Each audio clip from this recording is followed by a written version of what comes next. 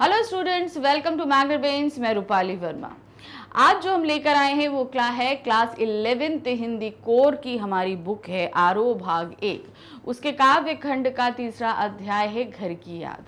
याद रखिएगा, ये काव्य खंड का तीसरा अध्याय है घर की याद।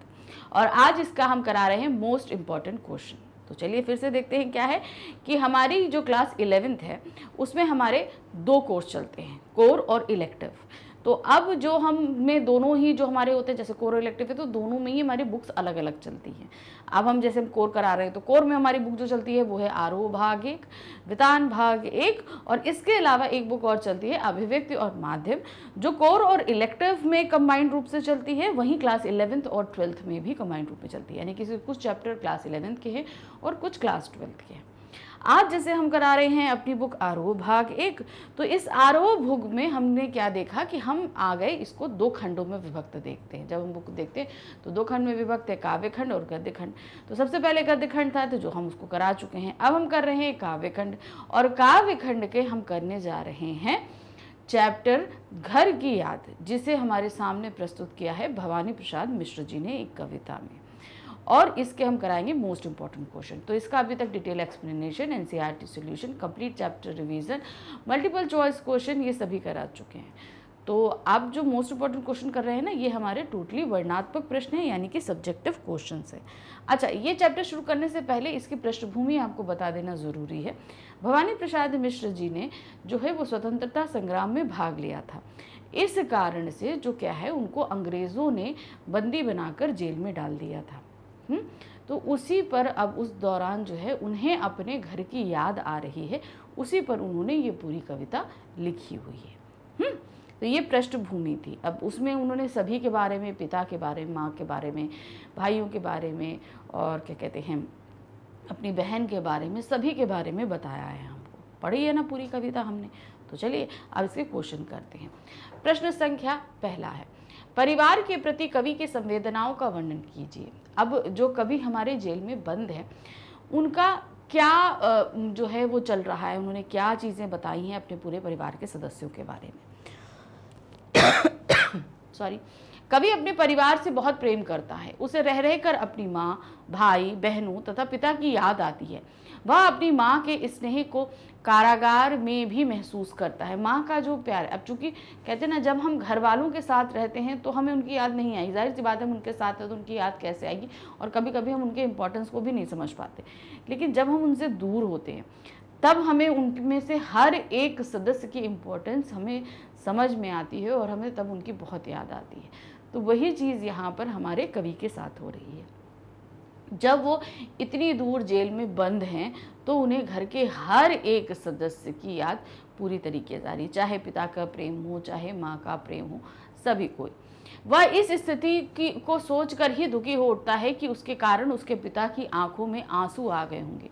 भाई, जब किसी पिता को एक बहुत मजबूत शख्सियत माना जाता है, उनका रोना नहीं होता, कुछ नहीं, लेकिन जब उनकी आंखों में आंसू आ जाएं तो ये स्थिति बहुत गंभीर होती है। और यही हुआ क्या कि वो सोच रहे होंगे कि मैं यहाँ पर हूँ, पूरा परिवार वहाँ होगा, मैं नहीं हूँगा, तो ये चीज़ देखकर मेरे पिता की आंखों में आंसू है। तो ये स्थिति उनके लिए बहुत ही कष्टदायक है। वह उनका दुख कम करने के लिए यह जताना चाहता है कि वह जेल में दुखी नहीं है, अतः वे उनकी चिंता करके दुखी ना हों। तो वो क्या कहते हैं, ये बताते हैं कि भाई मेरे पिता को दुख ना हो। एक तो मैं उनसे दूर हूँ तो इस बात का तो उन्हें दुख होगा ही होगा, लेकिन अगर उन्हें ये पता चला कि मैं जेल में बहुत दुखी हूँ, बहुत परेशान हूँ, तो उनका दुख तो बहुत ज़्यादा बढ़ जाएगा। इसलिए मैं जेल में रहकर भी उनको ये चीज़ बताना चाहता हूँ कि मैं यहाँ दुखी नहीं हूँ, मैं ठीक हूँ, अच्छा हूँ, खुश हूँ। ये चीज़, वो संदेश उनको पहुँचा रहे हैं। तो इस तरीके से वो अपने परिवार के हर एक सदस्य के प्रति अपनी संवेदना को इस कविता के माध्यम से हमारे सामने रखते हैं। प्रश्न संख्या 2 है, पिता कवि को सोने पे सुहागा क्यों मानते हैं। अब सोने पे सुहागा, एक तो देखो क्या होता है, पहले इसका लिटरली शब्द समझिए। जो सोना होता है वो अपने आप में बहुत ही कीमती भी होता है और चमकदार भी होता है, लेकिन उसकी चमक जो है वो सुहागे पे बढ़ जाती है। सुहागा एक पाउडर होता है, जब उसको हम सोने पे मलते हैं ना तो बहुत उसकी चमक निखर के आ जाती है। अब पिता ने पुत्र के लिए ये बात क्यों कही, सोने पे सुहागा, अर्थात पूरा परिवार तो उनका बहुत अच्छा है, अर्थात सोना है, लेकिन उस परिवार की चमक कैसे बढ़ रही है, इनके पुत्र के यानी कि कवि के द्वारा बढ़ रही है। कवि ने जो अंग्रेजों के खिलाफ जो मुहिम छेड़ी, इस वजह से वो इस चीज़ से बहुत प्रसन्न है कि मतलब हाँ, उन्होंने बहुत अच्छा काम किया है, उनका पुत्र बहुत आज्ञाकारी है, माता पिता की आज्ञा मानता है, सारे संस्कार हैं। जब ऐसा पुत्र कोई हो तो एक तो भाई अच्छा है, और उसके ऊपर जब उसके पास अच्छी आदतें, अच्छे संस्कार हैं, तो फिर क्या कहना भाई बात। पिता को अपने सभी बेटे प्यारे हैं, परंतु उन्हें सबसे अधिक स्नेह कवि से है। कवि ने अपने आप को देश सेवा के लिए समर्पित करके उनके सिखाए गए नियमों तथा सिद्धांतों को क्रियान्वित किया है और अपने माता पिता का नाम उज्जवल किया है। इसीलिए कवि के पिता उसे सोने पे सुहागा कहते हैं। तो कहने का तात्पर्य क्या है, उनका पूरा परिवार बड़ा अच्छा है, सारे बच्चे बड़े अच्छे हैं, संस्कारी हैं, सब कुछ है, लेकिन जो हमारे कवि ने कार्य किया है, अर्थात जो अंग्रेजी सरकार के साथ मिलकर जो अंग्रेजी सरकार के खिलाफ जो कार्य कर रहे हैं, स्वतंत्रता आंदोलन में जो भाग लिया है, इससे उनके पिता का गर्व और ज़्यादा बढ़ गया, उनकी इज्जत समाज में और ज़्यादा बढ़ गई, इसीलिए उनको सोने पे सुहागा कहा गया है। प्रश्न संख्या 3 है, जेल जाकर कवि की मानसिक स्थिति कैसी हो गई है। अब जेल में बंद हैं, परिवार वालों से दूर हैं, ऊपर से सावन की बारिश हो रही थी, तो इस दशा में उन्हें बहुत ज़्यादा अपने परिवार वालों की याद आ रही है। तो क्या है मानसिक स्थिति, उनकी मानसिक स्थिति जो है वो थोड़ा सा, मतलब ऐसा नहीं है कि वो बहुत परेशान हैं, वो थोड़ा सा दुखित हैं क्योंकि परिवार से दूर है, लेकिन जो उन्होंने कार्य किया है उसकी वजह से वो गर्व महसूस करते हैं, जिस कार्य की वजह से वो जेल में बंद है उस पर उन्हें दुख नहीं है, कोई भी पश्चाताप नहीं है। क्यों? क्योंकि उन्होंने ये बहुत अच्छा कार्य किया है, इसलिए उन्हें उस पर गर्व है। कवि को इस बात पर बहुत गर्व है कि वह देश के प्रति अपने कर्तव्य को पूरा कर रहा है, परंतु रात भर वर्षा होने के कारण उसे रह रहकर घर परिवार की याद सता रही है। उस समय की तुलना कवि ने नरक की यातना तथा नीरसता से की है, यानी कि जो उन्होंने कार्य किया और जिस कारण से वो जेल में आए, उस कारण पे तो उन्हें गर्व है कि हाँ ठीक है, मैंने बहुत अच्छा किया। लेकिन भाई एक सिचुएशन ऐसी आती है ना कि जब हम बहुत अकेले हो जाते हैं, चाहे जितने हिम्मत से लड़ लें, लेकिन एक पल को हमें लगता है कि हमारे साथ कोई नहीं है। तो जेल में यही थी था वो भाई, उनके हमारे कवि का जो स्ट्रेंथ है, जो ताकत है, वो उनका परिवार है जो इस समय उनके साथ नहीं है। और रात भर पानी गिरा। अब रात भर पानी गिरने का तात्पर्य ये है कि ऐसे बहुत सा समय आया होगा जब ये घर पर होंगे, तब भी ये बारिश हो रही होगी सावन की, तब जो है उन्होंने अब जो समय अपने घर वालों के साथ बिताया वो समय उन्हें अब याद आ रहा है। तो इसलिए ये जो समय है उनको यातना दे रहा है, यानी वो रात जब सारी रात पानी गिरता रहा तो वो उन्हें तकलीफ दे रही है, क्योंकि उस समय उन्हें अपने परिवार की सबसे ज्यादा याद आ रही है। प्रश्न संख्या 4 है, कविता पढ़ने के पश्चात कवि की माँ के बारे में क्या छवि उभरती है। अब कवि की माँ क्या थी, कवि की माँ अनपढ़ है, लेकिन जो है वो अपने पुत्र से बहुत प्रेम करती हैं, इसलिए मगर अब मन की बात जो है वो अपने पुत्र तक नहीं पहुंचा पा रही हैं। कारण क्या है? क्योंकि वो लिख कर नहीं सकती हैं, अनपढ़ हैं, तो भाई पुत्र की लिखी हुई पाती भी वो नहीं पढ़ सकती हैं। तो पूरी स्थिति बताइए, और दूसरा बेटा दूर है इसलिए वो दुखी भी हैं, लेकिन साथ साथ पिता को भी बहुत ही ज़्यादा संभाल कर रखा हुआ है कि पिता नहीं टूटे। कविता पढ़ने के पश्चात हमें पता चलता है कि कवि की माँ भले ही अनपढ़ हैं, लेकिन उनकी सोच अत्यंत प्रभावशाली है, यानी कि वो जो उनका प्यार है, वो माना कि वो लिखकर बयां नहीं कर पा रही, लेकिन एक मजबूती लेकर वो पूरे परिवार में खड़ी हैं। उन्हें इस बात का दुख अवश्य हो रहा है कि उनका एक बेटा उनसे दूर कारावास में है, परंतु उन्हें इस बात पर गर्व भी है कि कवि ने देश हित में स्वयं को समर्पित कर दिया है। ये हमको लग रहा है कि हाँ चलो, हमारे भाई इतने 4 बेटे हैं और 4 बेटों में जो है एक बेटा हमारे पास नहीं है, तो क्या हुआ, लेकिन इस बात की संतुष्टि है कि जिस कारण से वो दूर है, वो कारण बहुत ही गर्व करने वाला है। यदि कवि ऐसा ना करता तो वह लज्जित हो जाती। अगर कवि जो है देश की स्वतंत्रता में भाग नहीं लेता और तो उन्हें इस चीज का बड़ा दुख होता। मुश्किल समय में जब कवि के पिता भावुक होकर रो पड़ते हैं, तब वे ही उन्हें धैर्य बंधाती हैं और पूरे घर को संभालने का प्रयास करती हैं। एक समय ऐसा आता है कि पूरा घर परिवार भरा हुआ है लेकिन भवानी नहीं है, अर्थात हमारे लेखक नहीं है। ये सभी देखकर उनके पिता जो है वो थोड़ा सा बहुत ही निराश हो जाते हैं, उनकी आंखों में आंसू आ जाते हैं। तो इस कंडीशन में माँ ही उनको संभालती हैं और धीरज बंधाती हैं कि हाँ वो आ जाएगा, मगर वो पिता के साथ साथ पूरे घर को भी संभालती हैं। इससे उनकी सहनशीलता व देशभक्त होने की छवि उभरती है। तो माँ क्या है, जहाँ सहनशील है, प्रभावशाली है, वहीं देशभक्त भी है। ये छवि उभर कर माँ की आ रही है। प्रश्न संख्या 5 है, कवि द्वारा सावन के माध्यम से झूठा संदेश भिजवाना क्या दर्शाता है। अब कवि ने जो है सावन के माध्यम से घर पर संदेश भिजवाया, लेकिन जो असलियत है वो नहीं भिजवाई, उन्होंने झूठ भिजवाया। उनसे कहना जाकर मैं यहाँ खुश हूँ, पेट भर खाता हूँ, अच्छे से सोता हूँ, ये सभी संदेश पहुँचाया, लेकिन जबकि ये झूठ था। अब उन्होंने झूठ संदेश क्यों भिजवाया कि भाई ये कारण था कि एक तो पूरा परिवार जब साथ है तो मैं नहीं हूँ, तो इस बात से तो घर वाले दुखी होंगे, और ऊपर से अगर उन्हें ये संदेश मिल जाएगा कि मैं यहाँ दुखी हूँ, खाना नहीं खाता, अच्छे से मुझे खाना नहीं मिलता, पूरा टाइम मुझे यहाँ पर प्रताड़नाएं दी जाती है, और जब ये घर वालों को पता चलेगा तो उनका दुख बहुत ज़्यादा बढ़ जाएगा। इसलिए उनके दुख को ना बढ़ाएं, इसलिए वो झूठा संदेश सावन के माध्यम से भिजवाते हैं। कवि द्वारा सावन को दूत बनाकर अपने पिता को झूठा संदेश भिजवाना यह दर्शाता है कि कवि अपने पिता को व्यथित और दुखी नहीं देख सकता है। उसके पिता दुखी ना हो, इसलिए वह अपने दुख और संताप को छिपाने के लिए तैयार है। यानी कि अगर उनको असलियत पता चलेगी कि यहाँ एक्चुअल क्या हो रहा है तो पिताजी बहुत दुखी होंगे, बहुत परेशान हो जाएंगे। इसलिए परिवार वालों को दुख ना हो, उनके पिता को दुख ना हो, इसलिए वो सारी चीज़ों को खुद अपने आप अकेले सहते हैं और सावन से झूठा संदेश भिजवाते हैं कि मैं यहाँ खुश हूँ, अच्छा हूँ, पेट भर खाता हूँ, ये सब चीज़ें।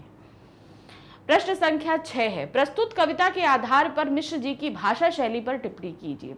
अब ये जो हमने कविता पढ़ी है इसमें मिश्र जी की जो भाषा शैली निकल कर आ रही है वो बतानी है। ये पूरी कविता जो हमने पढ़ी बहुत ही सरल, सहज, सिंपल जो होती है, लेकिन इन सहज शब्दों के बीच जो है वो बहुत ही प्रभाव छोड़ा गया। वो दुख दिखाया गया है कि हमारे स्वतंत्रता सेनानियों ने कितना ज़्यादा तकलीफ सही होगी। एक तो वो खुद जो शारीरिक और मानसिक तकलीफ झेल रहे हैं वो बात तो अलग है, लेकिन उनके परिवारों ने भी कितनी तकलीफ सही होगी, ये चीज़ भी हमें उनकी इस कविता से जानकर पता चलता है। तो उनकी जो भाषा जो उन्होंने इस्तेमाल करी है वो बहुत प्रभावशाली है। मिश्र जी की कविता की सबसे बड़ी विशेषता है सहज लेखन तथा सहज अभिव्यक्ति। उनकी कविता में अलंकारों के माध्यम से चमत्कार उत्पन्न करने का गुण दिखाई नहीं देता है। मतलब देखिए, अगर हम अलंकारों का इस्तेमाल करेंगे तो जाहिर सी बात है हमें शब्दों को तोड़ना मरोड़ना पड़ेगा।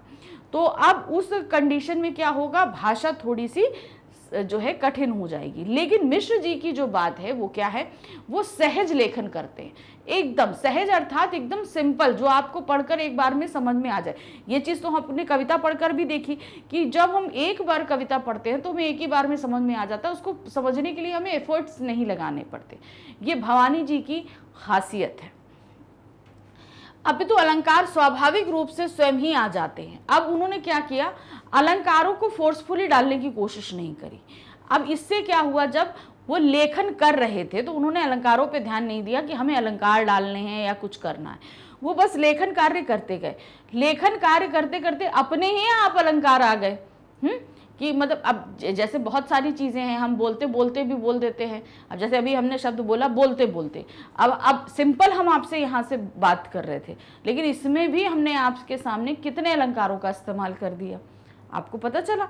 यही क्वालिटी जो है भवानी जी की कविता में है। वो सिंपल लेखन करते हैं लेकिन उसमें अपने आप ही अलंकार आ जाते हैं। इनकी कविता सहज लय की कविता है। देखिए, लय भी एकदम सहज है, जहाँ शब्द सहज है वहीं लय भी सहज है।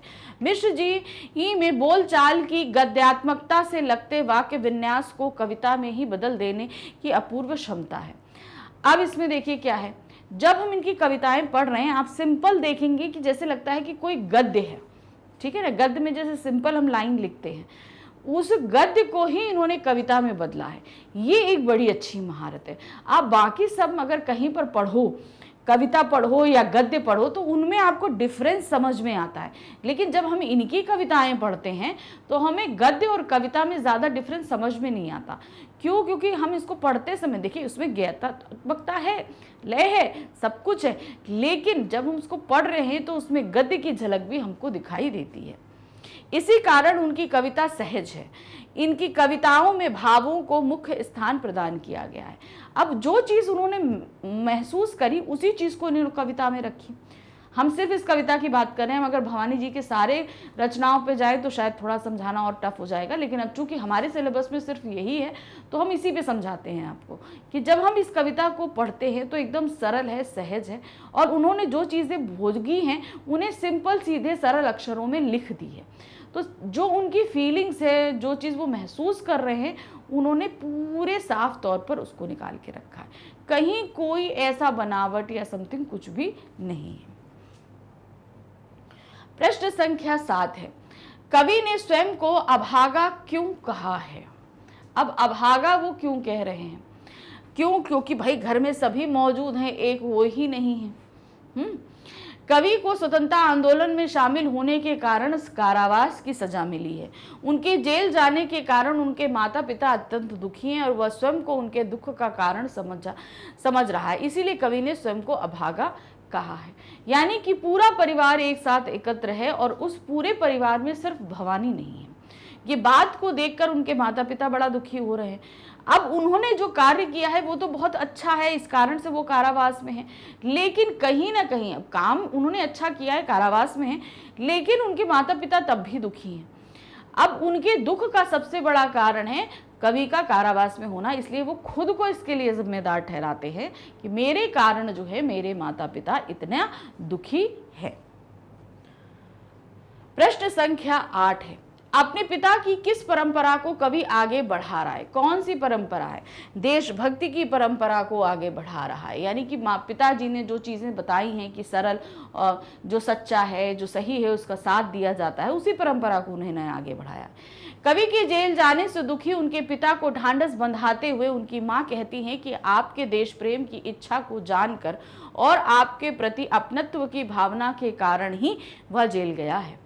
यह तुम्हारी ही परंपरा थी जिसे वह आगे बढ़ा रहा है। तो कहने का तात्पर्य यह है कि भवानी प्रसाद जी के अंदर जो देश प्रेम, देशभक्ति की भावना है वो उनके पिता के कारण आई है।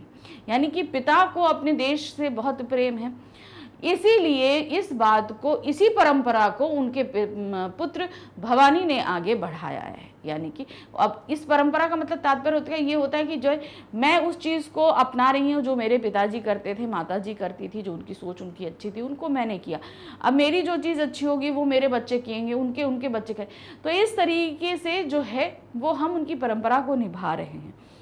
तो यही चीज़ उन्होंने भी करी, अपने पिता की परंपरा, यानी कि पिता देशभक्त थे, तो यही परंपरा भवानी ने भी अपनाई है। प्रश्न संख्या 9, तुम बरस लो वे ना बरसे, पंक्ति का भावार्थ स्पष्ट करो। अब ये बात भवानी जी ने सावन से कही है। भाई सावन का अर्थात सावन का महीना था और सारी रात बारिश हो रही थी, तो वो बोलते हैं कि सावन से बोल रहे हैं कि तुम्हें जितना है बरसना है बरस लो, अर्थात सावन बरस रहा है ना, बारिश हो रही है, तो वो कह रहे हैं कि तुमको जितना बरसना है बरस लो, वे ना बरसें, अर्थात तुम जो संदेश लेकर जा रहे हो वो झूठा संदेश दो, क्योंकि अगर तुम सच्चाई बरता दोगे तो वो बरसने लगेंगे, अर्थात वो रोने लगेंगे और उनके आंखों से जो जल बहेगा वो बारिश के समान बहुत अधिक होगा। इसलिए तुमको जितना बरसना है बरस लो, मगर उनको जाकर ये झूठा संदेश देना ताकि ये वो खुश रहे, क्योंकि अगर हमने उनको सच्ची बात बता दी कि मैं यहाँ दुखी हूँ, मेरे साथ इतनी प्रताड़नाएं मुझे दी जा रही हैं, तो वो दुखी हो जाएंगे और वो बरसने लगेंगे। प्रस्तुत पंक्ति के माध्यम से कवि बादल से अनुरोध करते हुए कहता है कि तुम बरस लो, अर्थात तुम्हारे बरसने से जगत का कल्याण होगा, इसीलिए तुम बरसो, परंतु तुम मेरे पिता से ऐसा कुछ ना कहना जिससे वे दुखी हों, क्योंकि वो संदेश पहुंचा रहे हैं। तो तुम वहां जाकर जो यहाँ के हालात देख रहे हो तुमको वो नहीं बताना है, तुमको क्या बताना है, वहां जाकर झूठ बताना है कि मैं यहाँ ठीक हूँ, अच्छा हूँ। तो वहां जाकर तुम ऐसा कुछ नहीं कहना जिससे वे दुखी हों।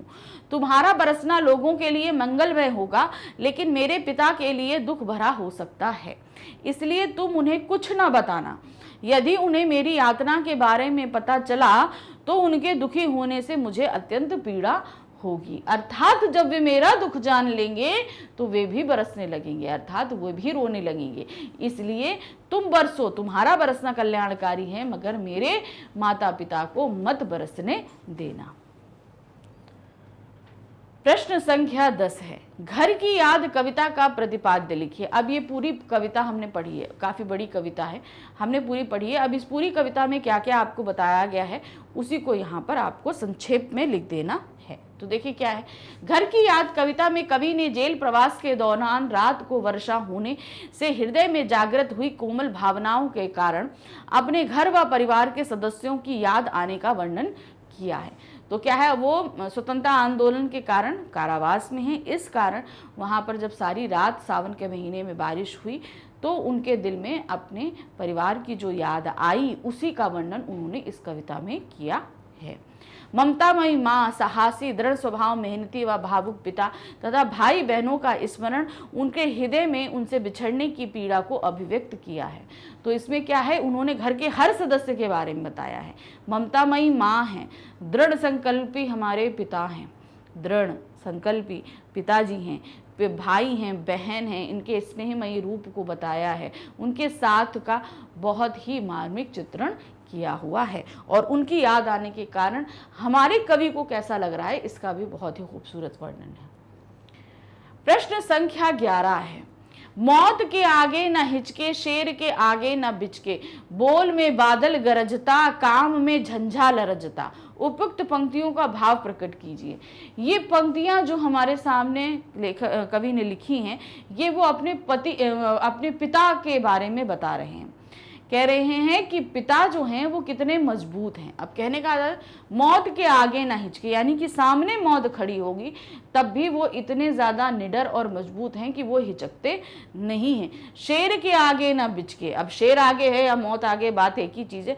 शेर के आगे भी वो नहीं हटते हैं, वो आगे डटे ही रहते हैं, अर्थात वो बहुत ही मजबूत, बहादुर और निडर व्यक्ति हैं। बोल में बादल गरजता, काम में झंझा लरजता, अर्थात वो इतने बुजुर्ग हो चुके हैं लेकिन तब भी अभी भी वो बोलते हैं जब, तो उनका बोल जो है ना वो बहुत ही, उनके जो बोल में है वो बहुत ही ज़्यादा ताकत, ये सारी चीज़ें गरजती हैं। तो जैसे बादल गरजता है ना जोर से, उसी तरीके से इतने बुजुर्ग हो जाने के बाद भी उनके बातों में वो सारी मजबूती झलकती है। काम में झंझा लड़ता, उनके काम करने का जो तरीका है वो ये उनको थकाता नहीं है, वो बहुत ही मजबूती से, फुर्ती से सारे कामों को निपटाते हैं। तो इन सभी के माध्यम से वो सिर्फ अपने पिता का गुणगान कर रहे हैं कि इतनी एज हो जाने के बावजूद भी वो बहुत ही सरलता, सहजता, निडरता, दृढ़ संकल्पी, बहादुरी के साथ वो सारे कामों को निपटाते हैं।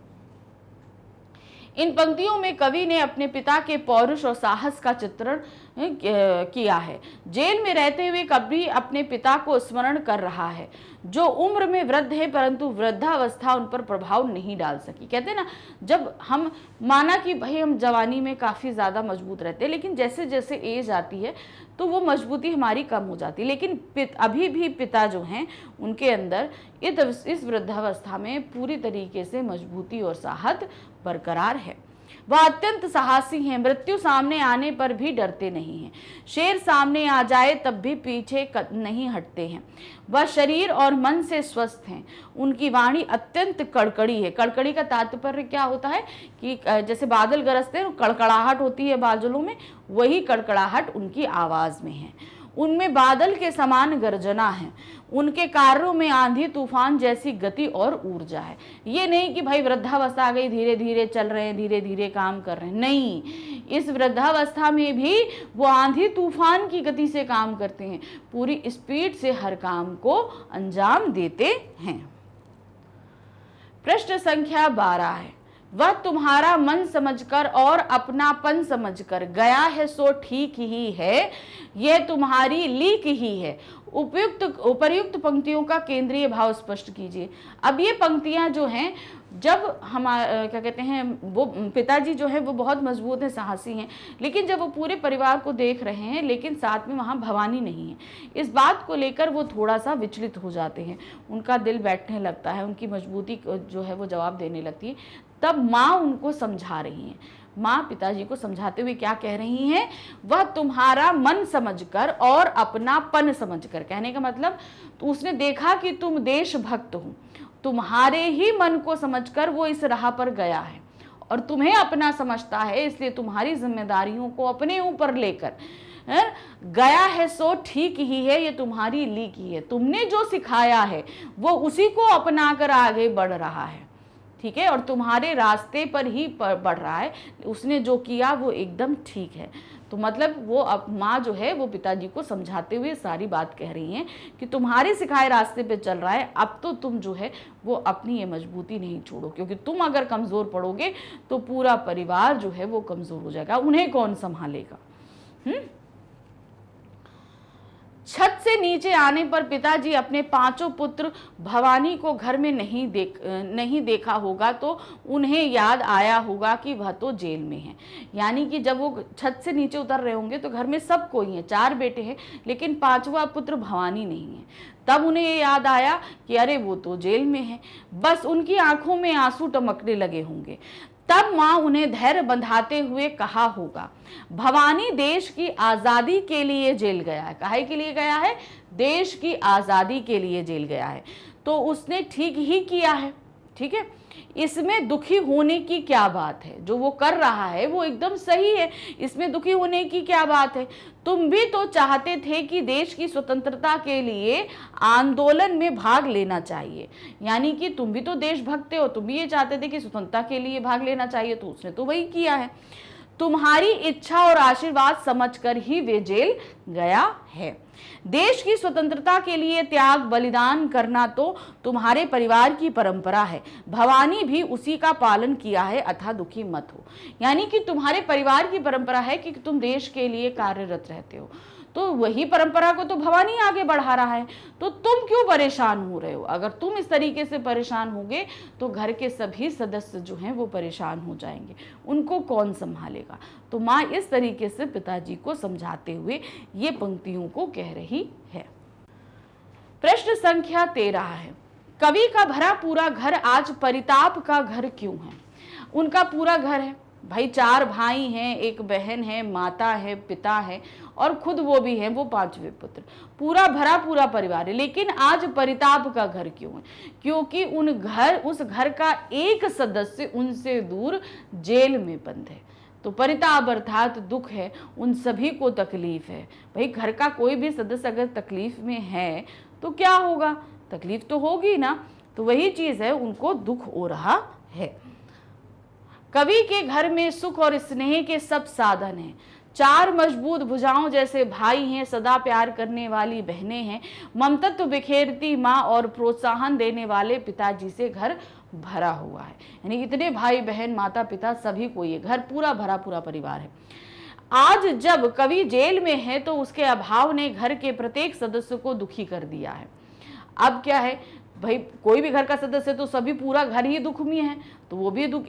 इसी तरीके से भवानी जब जेल में है तो पूरा घर दुखी है, जिससे कवि का घर अपने आप में परिताप का घर बन गया है। तो घर का हर सदस्य जो है वो भवानी की कमी को महसूस कर रहा है और दुखी है, इसीलिए उन्होंने इसे परिताप का घर कहा है।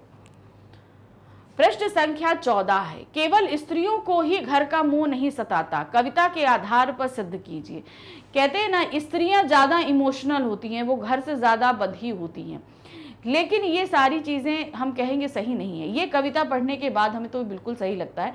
भवानी एक पुरुष हैं, लेकिन जब वो अपने घर से इतनी दूर है तो घर का हर एक सदस्य, हर एक मोमेंट उन्हें बहुत याद आ रहा है। तो इसीलिए जब पुरुष भी घर से दूर होते हैं तो उन्हें भी घर की याद सताती ही है। घर की याद कविता पुरुषों की भावुकता का परिचय देती। पुरुष अक्सर क्या होते हैं, अपनी भावनाओं को व्यक्त नहीं करते, इसलिए हम कहते हैं कि जो पुरुष हैं वो बड़े ही निर्दयी होते हैं, उनके अंदर फीलिंग्स नहीं होती। लेकिन ये बहुत गलत चीज़ है। अगर आप किसी को जानते हो, कोई भी ऐसा पिता हैं, आपके पुत्र हैं, भाई हैं, तो हमेशा आप ये देखोगे कि वो बाहर से तो अपने आप को बहुत मजबूत दिखाएंगे, लेकिन जो है वो स्त्रियों से भी कहीं ज़्यादा भावुक होते हैं, क्योंकि उनके दिल में जो फीलिंग आती है, जो चीज़ें हैं, उन्हें बयां करने का सही तरीका उनको नहीं आता है। ये नहीं है कि उनके अंदर फीलिंग्स नहीं आती, फीलिंग आती हैं, लेकिन उसको जो क्या कहते हैं, एक्सप्रेस करने का जो तरीका होता है वो उन्हें नहीं आता। जैसे स्त्रियां हैं, बहुत अच्छे तरीके से वो अपनी भावनाओं को व्यक्त कर लेती है, लेकिन पुरुष अच्छे तरीके से नहीं व्यक्त कर पाते, इसलिए बोला जाता है कि तुम्हारे अंदर तो कोई फीलिंग नहीं है, तुम निर्दय। लेकिन ये बात सरासर गलत है। स्त्रियां जितनी भावुक होती हैं, पुरुष उससे कहीं ज़्यादा भावुक होते हैं, बस उन्हें तरीका नहीं आता। घर की याद कविता पुरुषों की भावुकता का परिचय देती है। कवि घर के एक एक सदस्य के साथ स्नेह और प्रेम के बंधन में बंधा है। उसकी स्मृतियां इतनी भाव भरी हैं कि स्त्रियों के मन में भी, मन से कहीं ज़्यादा ही हैं, कम नहीं है। यानी कि उसके मन में जो अपने परिवार के सदस्यों के लिए जो फीलिंग है वो स्त्रियों की भांति है। मतलब हम बोलेंगे ना, स्त्रियों से कम नहीं है, बल्कि ज़्यादा ही बोली जाएंगी। कवि के मोह की विशालता का ही परिचायक है कि उसका देश प्रेम, जिसके चलते वह अपना घर द्वार, स्नेह, संसार छोड़कर जेल तक पहुंच गया है। जेल में कवि घर को जैसे याद कर रहा है, उससे स्वतः सिद्ध हो रहा है कि उसके मन में कितना मोह है। तो यानी कि क्या है, यहाँ पर वो अपने घर से दूर जेल में बंद है और घर के हर एक सदस्य को याद कर रहा है। ये नहीं कि खाली एक सदस्य को याद करके परिताप कर रहा हो, वो घर के हर एक सदस्य की फीलिंग जो उसके लिए है और उसकी जो फीलिंग उनके लिए है, उनको पूरी तरीके से बयां कर रहा है। तो ये हमें साफ पता चल रहा है कि वो पुरुष होते हुए भी कितने ज़्यादा इमोशनल हैं, यानी कि उनके अंदर भावनाओं के समंदर बह रहे हैं। तो वही चीज़ बोला गया है कि स्त्रियां जिस तरीके से घर से दूर होती हैं, उन्हें घर परिवार के सदस्यों से जितना मोह होता है, पुरुषों को भी उतना ही मोह होता है, और जब वे अपने घर से दूर होते हैं तो उन्हें सताता भी है। अब इस चीज़ को आप बहुत प्रैक्टिकली भी देख सकते हैं। आपके घर में आपके पेरेंट्स भी, आपके पापा हो सकते हैं, जो है टूरिंग जॉब में रहते हो। अगर मान लो टूरिंग जॉब में नहीं है तो कभी तो कुछ दिन के लिए बाहर जाते होंगे, जाते हैं ना, तो उस दौरान आप इस चीज़ को फेस करोगे कि मतलब जब पापा बाहर हैं तो शायद वो आपको कॉल करके सारी चीज़ों को नहीं बताएं, लेकिन जब वो वापस आते हैं तो भी वो आपको ठीक तरीके से अपना प्यार और जो आप इतने दिन दूर थे आपसे, वो सारी चीज़ों को बयान ना कर पाएँ, लेकिन वो उस चीज़ को अंदर से महसूस करते हैं। ये चीज़ें अगर आप पारखी हो तो उनकी आंखों में देख सकते हो कि जिस मोमेंट वो घर में दाखिल होते हैं, वो खुशी उनके आंखों में, अपनों को देखकर, अपने घर लौटकर जो खुशी होती है, वो सारी चीज़ें होती हैं। ऐसे बहुत से मोमेंट हैं जिस समय आप अपने पापा के या भाई के अंदर की फीलिंग्स को बहुत अच्छे तरीके से समझ पाओगे। तो पुरुष कितने इमोशनल होते हैं ये आप खुद भी देख सकते हो अपने परिवार के सदस्यों में। प्रश्न संख्या 15 है। यहाँ पर एक पंक्ति दी गई है, इसका आशय स्पष्ट करना है।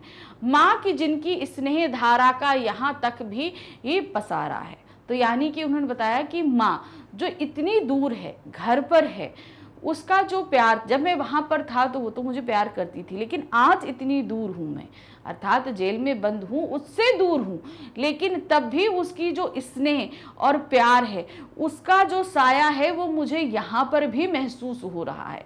अर्थात माँ का जो स्नेह है वो हम चाहे कहीं पर भी जाएं, वो हमेशा हमको महसूस होता है। क्यों? क्योंकि ये एक ऐसा बंधन है, निस्वार्थ स्नेह होता है कि बच्चा जब तकलीफ में हो तो सबसे ज्यादा साथ होता है। कवि स्वतंत्रता आंदोलन के संबंध में जेल में बंद है।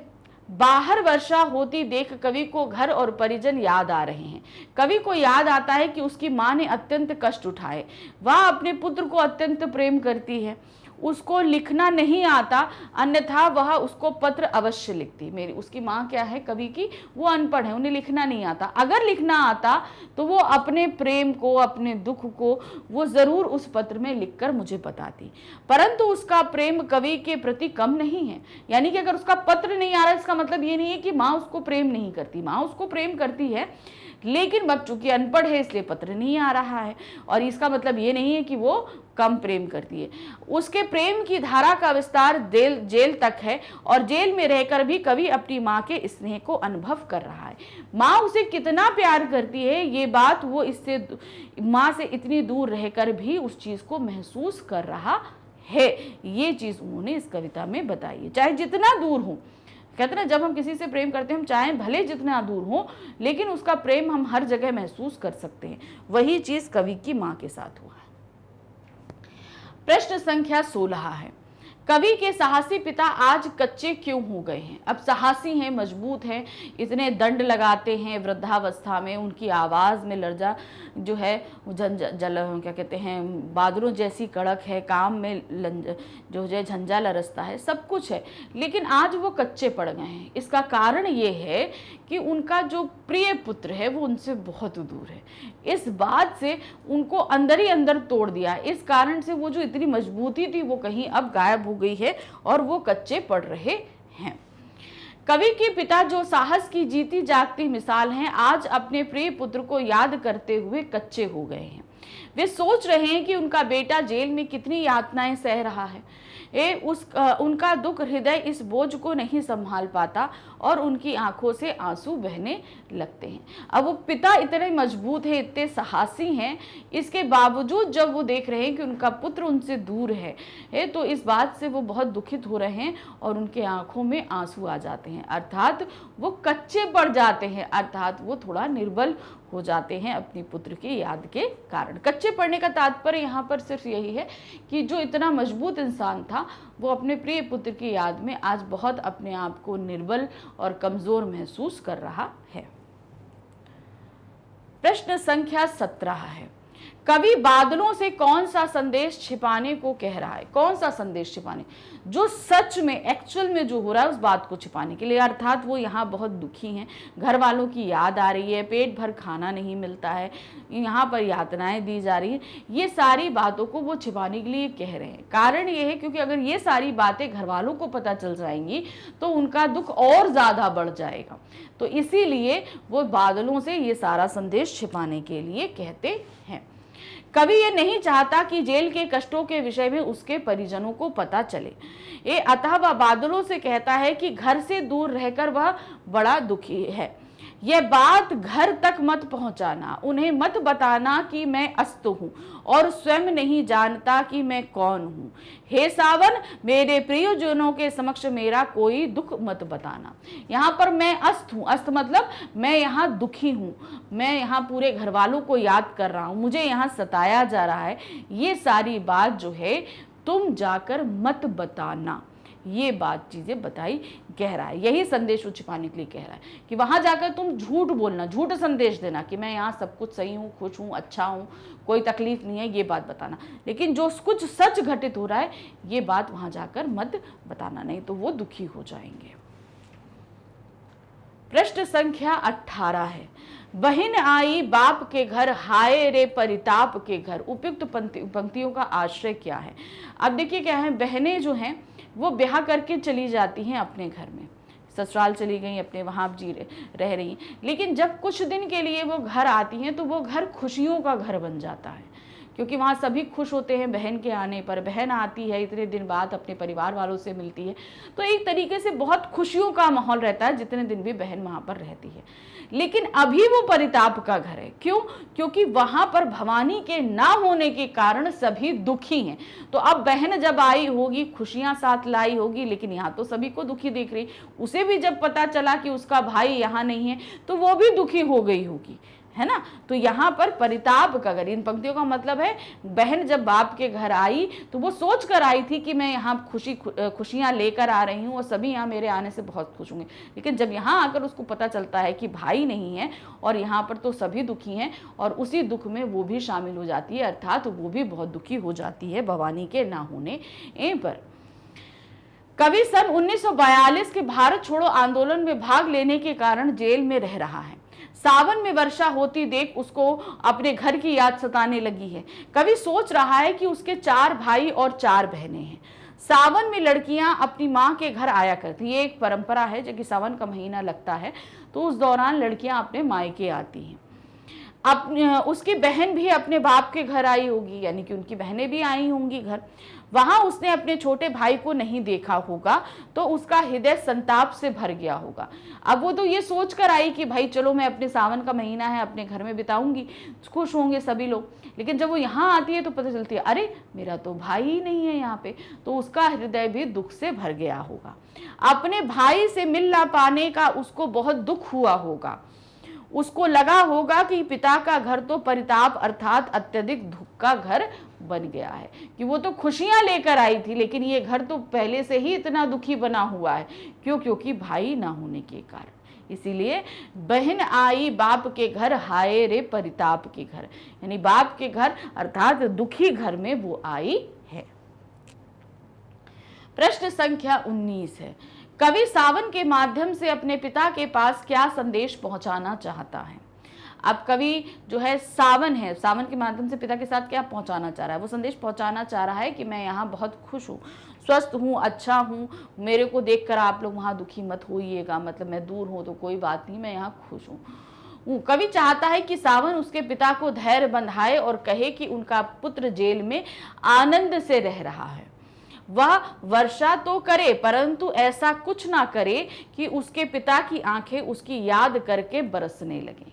तो कहने का तात्पर्य है कि सावन है, सावन का काम क्या है, बरसना है, तुमको बरसना है बरसो, लेकिन तुम ऐसी कोई बात मेरे पिता को जाकर नहीं बोलना कि वे बरसने लगे, अर्थात तुम कोई भी ऐसी बात नहीं बोलना जिससे उनको दुख हो और उनके आंखों से आंसू बहने लगे। कवि के दुख की बात वह उसके पिता से ना कहे, यानी कि कवि यहाँ जेल में बंद है, उसको बहुत ज्यादा दुख है, तकलीफ है, ये बात तुम जाकर वहां मत बताना। वह उनको बताए कि भवानी जेल में अच्छी तरह से है, वह लिख रहा है, पढ़ रहा है और अपना काम कर रहा है, उसके काम की सब प्रशंसा करते हैं। अर्थात तुम वहां जाके बताना कि भाई भवानी तो क्या है, राइटर है, तो ये बताए कि वो वहां लिख रहा है, पढ़ रहा है, अपने सारे काम कर रहा है और वो जो कोई भी काम कर रहा है सभी उसकी वाहवाही करते हैं, इसलिए वो वहां पर बहुत खुश है। ये बात जाकर तुम वहां पर मेरे पिताजी को बताना, जिससे मेरे पिताजी को थोड़ा सा धीरज बंधेगा, वो दुखी नहीं होंगे। वह जो काम कर रहा है उससे माता पिता और मातृभूमि का सिर गर्व से ऊंचा होता है। उन्हें बताना कि वह मेरे लिए दुखी ना हो। उनसे यह भी कहना कि भवानी जेल में चरखे पर सूत काटने में व्यस्त है और मस्ती से रह रहा है। यह भी बताना कि वहां बहुत अच्छा है और सूत काट रहा है। उसके शरीर का भार 70 सेर हो गया है। भाई जब हम खुश होते हैं, अच्छे होते हैं, तो हमारा जो वजन है वो अपने आप बढ़ने लगता है, तो जब हम दुखी होते हैं तो वजन घटने लगता है। तो वही चीज उन्होंने बताया कि तुम बताना कि 70 सेर हो गया है, अर्थात मैं बहुत खुश हूं। उसे खूब भूख लगती है, वह ढेर सारा खाना खाता है और खूब खेलता कूदता है और दुखों को अपने पास भी नहीं भटकने देता। तो ये सारी बातें जो हैं वो सावन से बोल रहे हैं, जाकर मेरे पिता को, मेरे घर वालों को बताना ताकि वो दुखी ना हो। प्रश्न संख्या 20 है, कवि के पिताजी की भावुकता का क्या कारण था, माँ ने उन्हें किस प्रकार धैर्य बंधाया। अब वो पिताजी जो हैं वो कसरत करके ऊपर से उतरे होंगे, 4 बहनों को देखा, 4 भाइयों को देखा, सबको देखा और देखा कि अरे भवानी नहीं है। इस बात को देखकर वो बहुत दुखी हुए होंगे, उन्हें जब मेरी याद आई होगी और उस दुख के कारण जो है उनके आंखों से आंसू बहने लगे होंगे। इतना मजबूत इंसान जो है उस समय कमजोर पड़ गया होगा। तब माँ ने उनको धीरज बंधाया होगा कि तुम्हारी जो सीख है, अर्थात तुम्हारे परिवार की परंपरा है देशभक्ति की, वो उसी परंपरा को आगे बढ़ा रहा है। तो तुम क्यों अपना धीरज धैर्य खो। तो वो जो कर रहा है वो एकदम सही कर रहा है, इसलिए तुम मजबूत बने रहो, क्योंकि तुम अगर टूटे तो बाकी घर वालों को कौन संभालेगा। ये चीज माँ ने ऐसे उनको धैर्य बंधाया होगा। कवि के पिता यद्यपि साहसी और पराक्रमी हैं, परंतु वह मन के कच्चे भी हैं। भाई इंसान जितना भी मजबूत हो, अगर बच्चे को कोई तकलीफ होती है तो वो टूट कर रह जाता है। ये सिर्फ किसी हम एक की बात नहीं कर रहे हैं, आपके पेरेंट्स के साथ भी यही है। वो इस बात को बयां नहीं करते, बताते नहीं, लेकिन अगर आपको ज़रा सी तकलीफ होती है तो समझ लीजिए वो तकलीफ 100 गुना होकर आपके पेरेंट्स को लगती है। जब वह अपने 5वें पुत्र को घर पर नहीं पाते तो वह याद आते हैं कि वह तो जेल में है। उसकी आंखों से आंसू बहने लगते, यानी कि पिताजी की आंखों से आंसू बहने लगते होंगे अपने बेटे को याद करते हुए।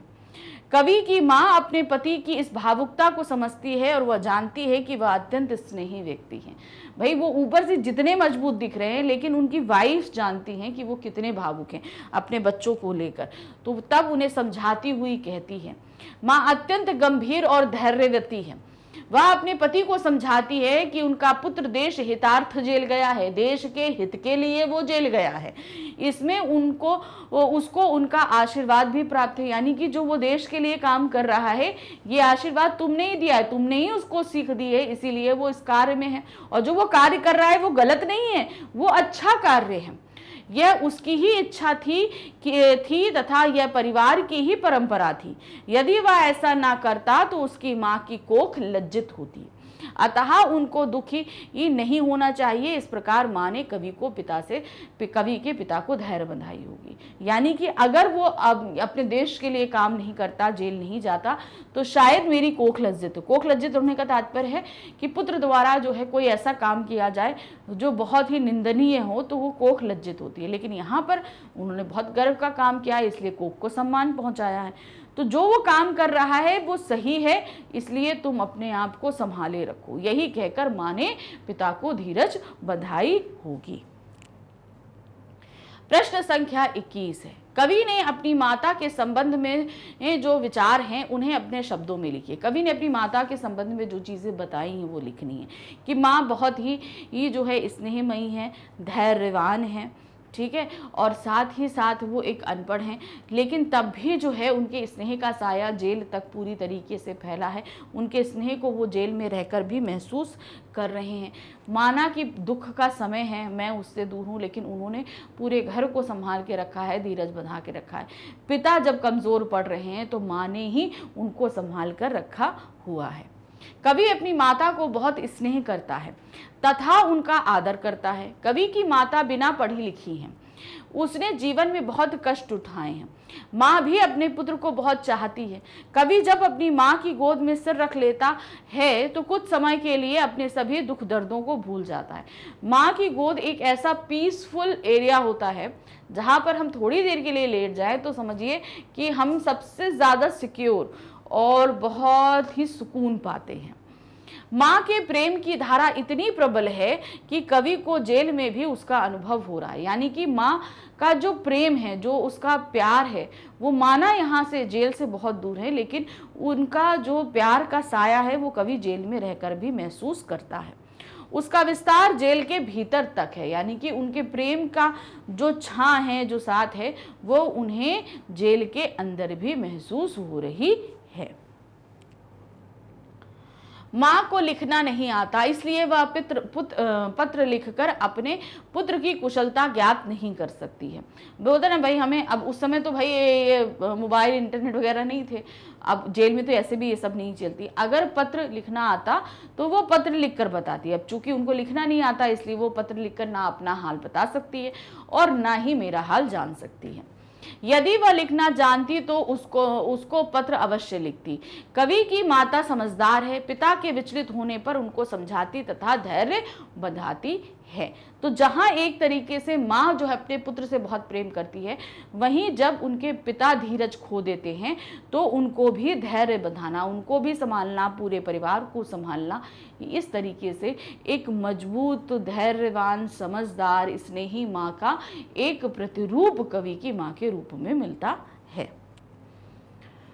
प्रश्न संख्या 22 है, कवि का परिवार कैसा परिवार है, क्या उसको एक आदर्श परिवार माना जा सकता है? पूरा भरा पूरा परिवार है, माता है, स्नेहमयी माता है, साहसी पिता हैं, 4 भाई हैं, 4 बहनें हैं।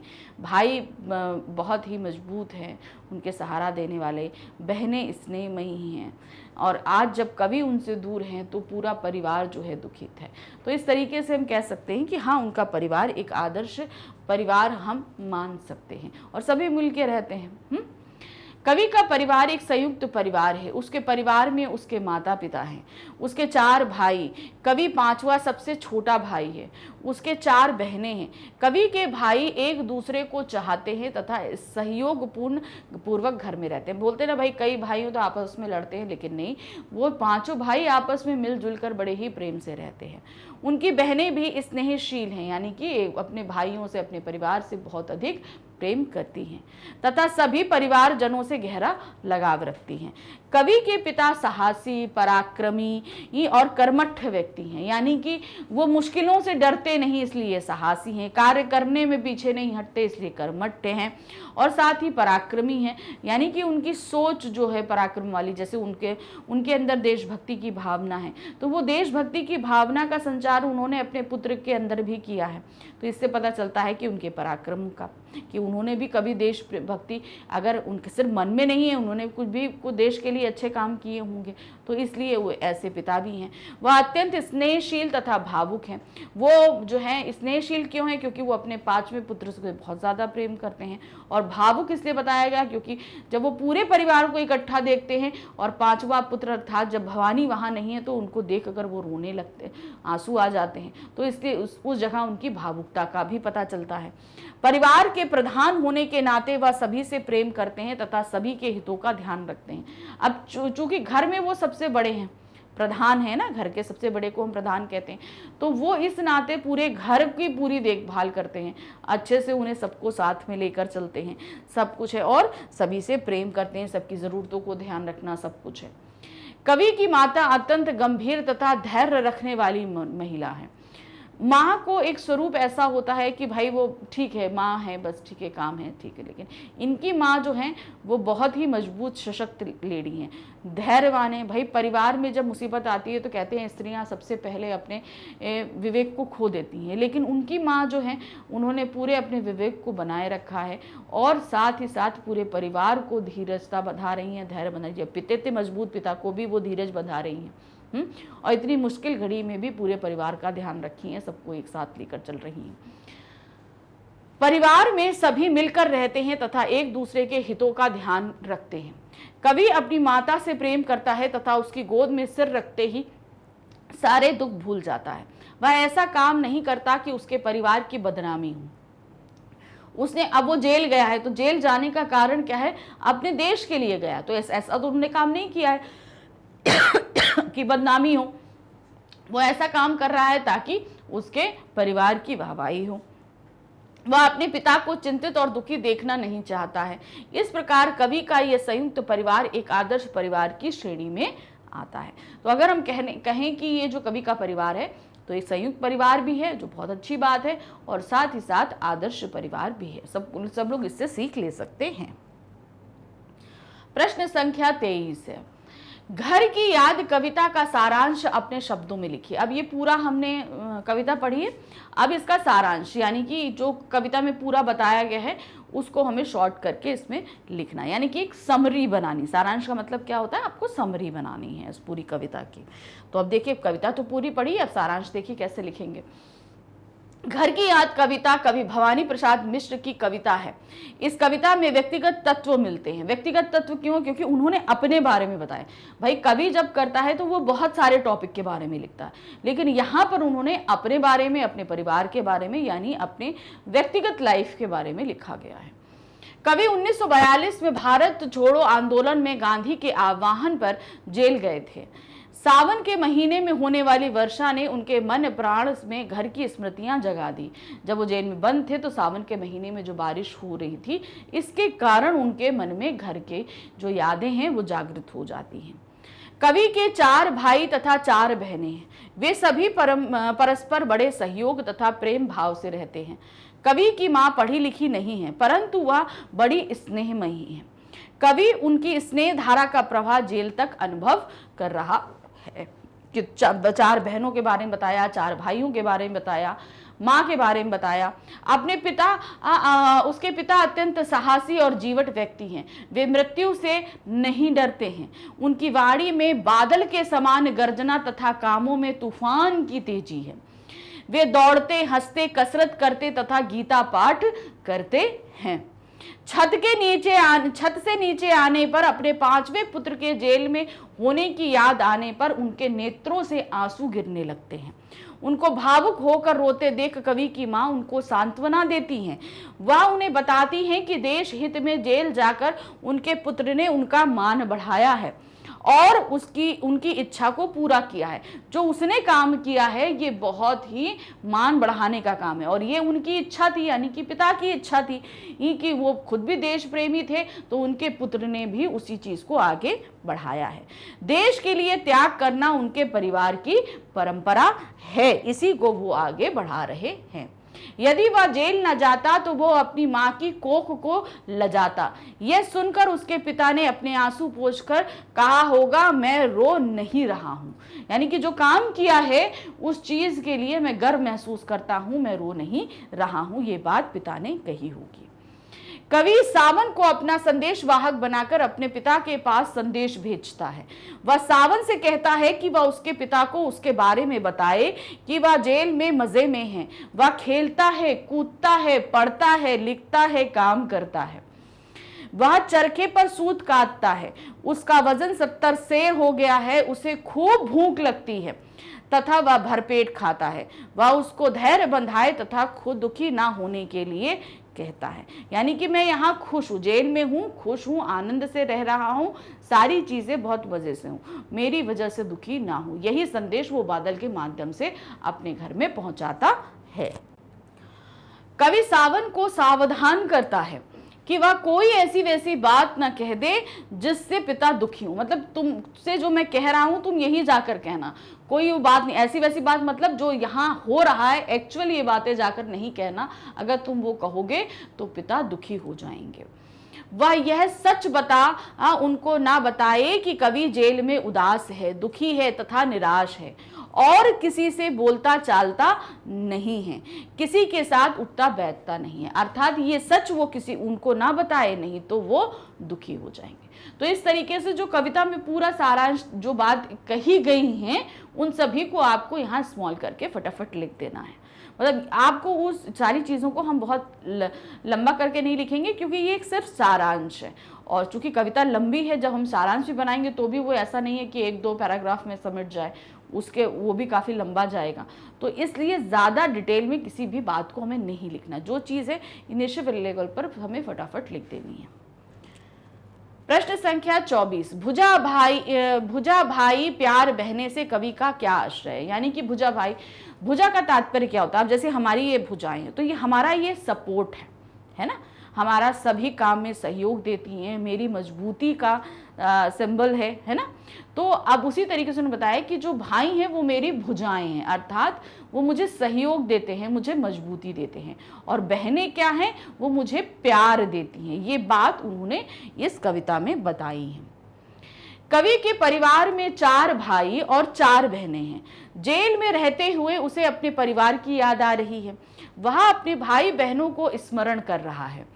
कवि के भाई भुजा के समान है। किसके समान है? भुजा के समान। मैंने बताया भुजाएं अर्थात जो हमारी मजबूती का प्रतीक है। जैसे अपनी बाहें अपनी रक्षा करने तथा सहयोग करने के लिए सदा तत्पर रहती है। अब जैसे मुझे कोई मारेगा तो सबसे पहले मैं अपने आप को डिफेंड करूंगी ना, फिर उसके बाद उससे बदला लेने की उसको मारूंगी। अर्थात क्या है, वो मेरी मजबूती भी है, मेरा सहारा भी है, मेरे रक्षक भी हैं, तत्पर रहती हैं। उसी प्रकार उसके भाई प्रेम वश सुख दुख में एक दूसरे का सदा सहयोग करते हैं। एक पर आपत्ति आने पर दूसरा उसकी रक्षा के लिए तुरंत सामने आता है। अगर एक के ऊपर कहीं तकलीफ होती है तो दूसरा भाई तुरंत सामने आ जाता है। उसकी बहनें भी अत्यंत स्नेहशील हैं, वे अपने भाइयों को अत्यंत प्रेम करती हैं। इस तरह उसके परिवार में सदा प्रेम का वातावरण रहता है। तो इस तरीके से क्या बताया गया कि सभी लोग आपस में मिलजुल कर बहुत सहयोग से, भाई और बहनें, भाई इतने भाई बहन हैं लेकिन सभी एक दूसरे के लिए जीते हैं, एक दूसरे की मजबूती हैं, एक दूसरे से प्यार करते हैं। इस पंक्ति के माध्यम से कवि ने यही बताने का प्रयास किया है। प्रश्न संख्या 25 है, कवि अपनी किस दशा को अपने पिताजी पर प्रकट नहीं करना चाहता तथा क्यों? कौन सी दशा है कि वो यहाँ पर उदास है, निराश है, वो ज़्यादा खाता नहीं है, लोगों के साथ उठता बैठता नहीं है, वो शांत में अकेले पड़ा रहता है। ये जो उसकी दशा है यहाँ पर कि वो अपने परिवार से इतना दूर होकर वो बहुत दुखी है, ये सारी बातें वो प्रकट नहीं करना चाहता है। कवि अपने पिता को बहुत चाहता है तथा उसको उनका सम्मान भी करता है। वह नहीं चाहता कि उसके पिता चिंतित और दुखी हों। भाई हम जिसको भी प्यार करते हैं, हमारे जो भी प्रियजन हैं, हम उनको कभी भी दुख या तकलीफ अपने कारण हो ये हम कभी नहीं चाहते हैं। भवानी जेल में रहकर प्रसन्न नहीं है, उसे हर समय घर तथा अपने परिवारजनों की याद सताती है, परंतु उस अपनी पीड़ा को वह पिता तक पहुंचने नहीं देना चाहता। वह सावन से कहता है कि उसकी निराशा और अस्त व्यवस्था के बारे में वह उसके पिता को कुछ ना बताए, जो सच्चाई है उसे वह उनको नहीं बताए। तो कहने का तात्पर्य है कि जो वो यहाँ महसूस कर रहा है, उसे जो तकलीफ है, ये बात जो है वो पिता को ना बताए, यही वो रिक्वेस्ट करता है। क्योंकि अगर वो ये सारी चीज़ें बता देगा सावन वहाँ जाकर तो क्या होगा, पिताजी और घर वाले जो हैं वो बहुत ही ज़्यादा दुखी हो जाएंगे, जो वो नहीं चाहते हैं। इसीलिए उसे वो अपनी कंडीशन ना बताने के लिए बोलता है। वह उनसे यह ना कहे कि जेल में रहकर उसको नींद नहीं आती, वह लोगों से मिलना जुलना पसंद नहीं करता, वह किसी से बातें नहीं करता, यानी सोता नहीं है, मिलता नहीं है, किसी से बातें भी नहीं करता। वह दुख और घर की याद में डूबा रहता है। उसे यह भी याद नहीं रहता कि वह कौन है, अर्थात अपनी सुध-बुध खो बैठा है।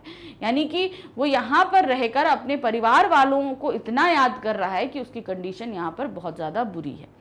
सावन कुछ ऐसी बात ना कहे कि पिता को व्यर्थ में शंका घेर ले, अर्थात कोई बात तुम वहां जाकर ऐसा नहीं कहना कि मेरे पिताजी को कोई भी दुख या तकलीफ या निराशा हो। वह कहता है, हे सावन तुम बरसो अवश्य, परंतु ऐसा कुछ मत करना कि मेरे पिताजी की आंखें भी बरसने लगे। अर्थात तुमको जितना बरसना है बरसो, क्योंकि तुम्हारा बरसना सभी के लिए कल्याणकारी है। लेकिन अगर तुमने वहां जाकर कुछ भी बताया तो वो अगर बरसेंगे तो वो अच्छा नहीं होगा। इसलिए तुम वहाँ जाकर, यहाँ मेरी जो कंडीशन है, मेरी जो स्थितियाँ हैं, परिस्थितियाँ हैं, वो वहाँ जाकर मत बयां करना, नहीं तो वो दुखी हो जाएंगे। तो ये रही हमारा पूरा चैप्टर, जिसे हमने आपको पूरी तरीके से अच्छे से बता दिया।